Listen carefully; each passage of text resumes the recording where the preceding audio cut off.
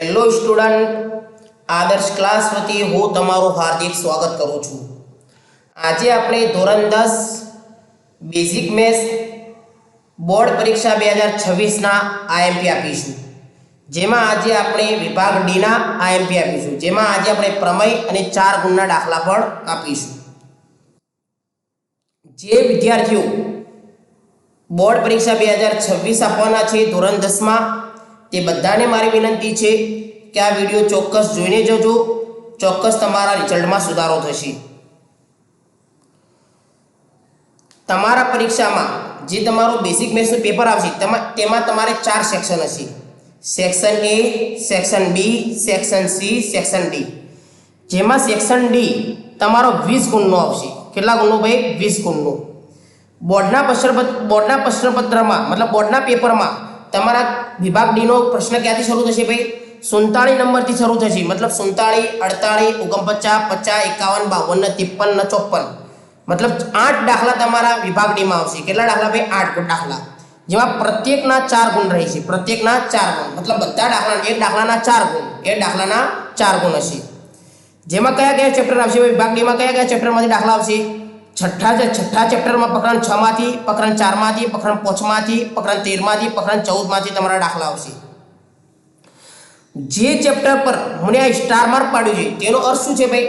તેનો અર્થ એ છે કે ચેપ્ટરમાંથી કેટલા દાખલા આવશે? 2 દાખલા આવશે। કેટલા દાખલા? તો પ્રકરણ 6 માંથી 2 દાખલા, 2 દાખલા, એક પ્રકરણ 4 માંથી એટલે 3 દાખલા, એક પ્રકરણ 5 માંથી એટલે 4 દાખલા, પ્રકરણ 13 માંથી 2 દાખલા, જેમ કે ઓના પર સ્ટાર માર્ક પાડ્યું એટલે પ્રકરણ 13 માંથી 2 દાખલા 6 દાખલા, પ્રકરણ 14 માંથી 2 દાખલા આવશે એટલે કેટલા દાખલા થશે? 8 દાખલા। અને 8 માંથી આપણે 8 8 નથી લખવાના। કેટલા લખવાના છે ભાઈ? 8 માંથી કોઈ પણ 5 પ્રશ્ન લખવાના રહેશે। તો ચાલો આપણે આઈએમપી દાખલાની શરૂઆત કરીએ। સૌથી પહેલા આપણે પ્રકરણ 6 ના આઈએમપી જોઈશું। પ્રકરણ 6 છે ત્રિકોણ।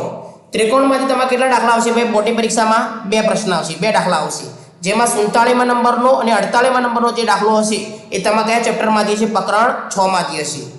જેમાં આપણે પ્રમેયની તૈયારી જો પ્રકરણ 47 48 નંબરનો તમારો પ્રકરણ 6 માંથી હશે, તેમાંથી એક પ્રમેય તો 100% હશે ને હશે જ, સમજ્યા કે ના? જેમાં પ્રમેય 6.1 એ તો એકદમ પાકો કરી નાખજો। 90% ચાન્સ તો એ જ છે કે પ્રમેય તમારો 6.1 જ આવશે, પ્રમેય 6.1। પણ પ્રમેય 6.2 ની પણ તૈયારી કરી નાખજો, કદાચ એ પણ આવી જાય તો આપણે લખ્યા વગર ના આવીએ, સમજ્યા કે ના? ઉદાહરણ પ્રકરણ 6 માંથી ઉદાહરણ નંબર 7 તૈયારી કરવાની છે। સ્વાધ્યાય 6.2 માંથી પ્રશ્ન નંબર 1 અને પ્રશ્ન નંબર 2 ની તૈયારી કરવાની છે। અને સ્વાધ્યાય 6.3 માંથી ત્રિકોણમાંથી પ્રશ્ન નંબર 2 અને પ્રશ્ન નંબર 15 આટલા દાખલા તમારા પ્રકરણ 6 માંથી કરીને જવાનું છે। આમાંથી તમારા દાખલા ચોક્કસ હશે। હવે આપણે પ્રકરણ 4 દ્વિઘાત સમીકરણના એમપી મેળવીએ જોઈએ। જેમાંથી દ્વિઘાત સમીકરણમાંથી કેટલા દાખલા આવશે ભાઈ? 1 દાખલો આવશે। કેટલો દાખલો?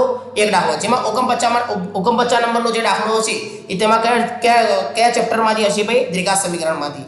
જેમાંથી તમારે ઉદાહરણ નંબર 1 ઉદાહરણ 1 માં i અને ડબલ i બંને છે તો બંનેની તૈયારી કરવાની છે। અને સ્વાધ્યાય 4.1 માં પ્રશ્ન નંબર 2 ના i ડબલ i અને ત્રિપલ i આટલા દાખલા કરવાના છે। જો તમારા ઉદાહરણ 1 અને સ્વાધ્યાય 4.1 માં જે પ્રશ્ન નંબર 2 ના i double i triple i છે તેમાં રકમને કેટલું માંગ્યું છે ભાઈ?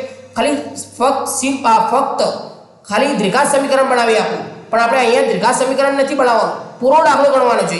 કારણ કે શા માટે ભાઈ? કે એક્ઝામમાં તમારો સમીકરણ નથી માંગતો બલકે પૂરો દાખલો ગણવાનો કહે છે। તે માટે બધા વિદ્યાર્થીઓને વિનંતી છે કે પૂરો દાખલો ગણજો અને બધા દાખલા પ્રેક્ટિસ ગણજો, પ્રેક્ટિસ કરજો, ચોપડામાં લખજો, પછી જ એક્ઝામ આપવા જજો, સમજ્યા કે ના? હવે આપણે સ્વાધ્યાય 4.2 માંથી કયા દાખલા કરવાના છે ભાઈ? બીજો દાખલો પ્રશ્ન નંબર 2, પ્રશ્ન નંબર 3, પ્રશ્ન નંબર 4, પ્રશ્ન નંબર 5 અને પ્રશ્ન નંબર 6 તો આટલા ચેપ્ટર 4 માંથી આટલા દાખલા કરીને જવાનું છે।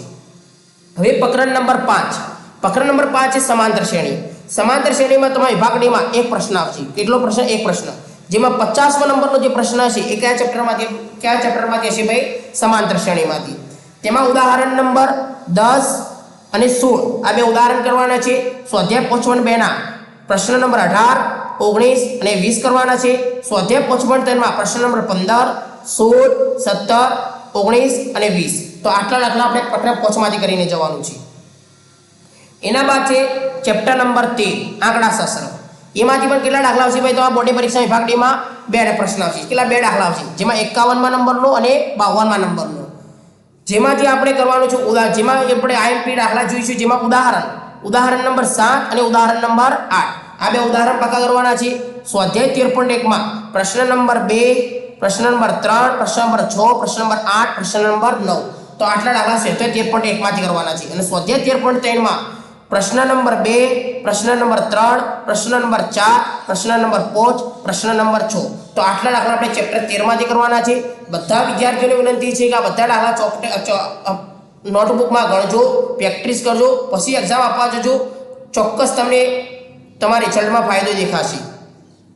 હવે ચેપ્ટર નંબર 14 છે સંભાવનામાંથી કેટલા પ્રશ્નો આવશે ભાઈ? બે પ્રશ્નો, બે દાખલાઓ આવશે. જેમાં કયા નંબરનો દાખલો? 53મા નંબરનો અને 54ના નંબરનો જે વિભાગ ડેમો જે દાખલો હશે એ તમારા સમાતી હશે ભાઈ સંભાવનામાંથી હશે. જેમાં આપણે ઉદાહરણ નંબર 6, 9 અને 13 અને સ્વાધ્યાય 14.1 નો પ્રશ્ન નંબર 9, પ્રશ્ન નંબર 12, પ્રશ્ન નંબર 13, પ્રશ્ન નંબર 14, પ્રશ્ન નંબર 15, પ્રશ્ન નંબર 18, પ્રશ્ન નંબર 23 અને પ્રશ્ન નંબર 24. તો આટલા દાખલા આપણે વિભાગ ડી માટે કરવાના છે. બધા વિદ્યાર્થીઓને વિનંતી છે કે આ બધા દાખલા કરીને જ જજો. ચોક્કસ તમને ફાયદો થશે. આપણે નેક્સ્ટ લેક્ચરમાં વિભાગ સીના પણ આઈએમપી મેળવીશું અને વિજ્ઞાનના પણ આઈએમપી મેળવવાના છે. ચાલો આપણે નેક્સ્ટ લેક્ચરમાં મળીએ.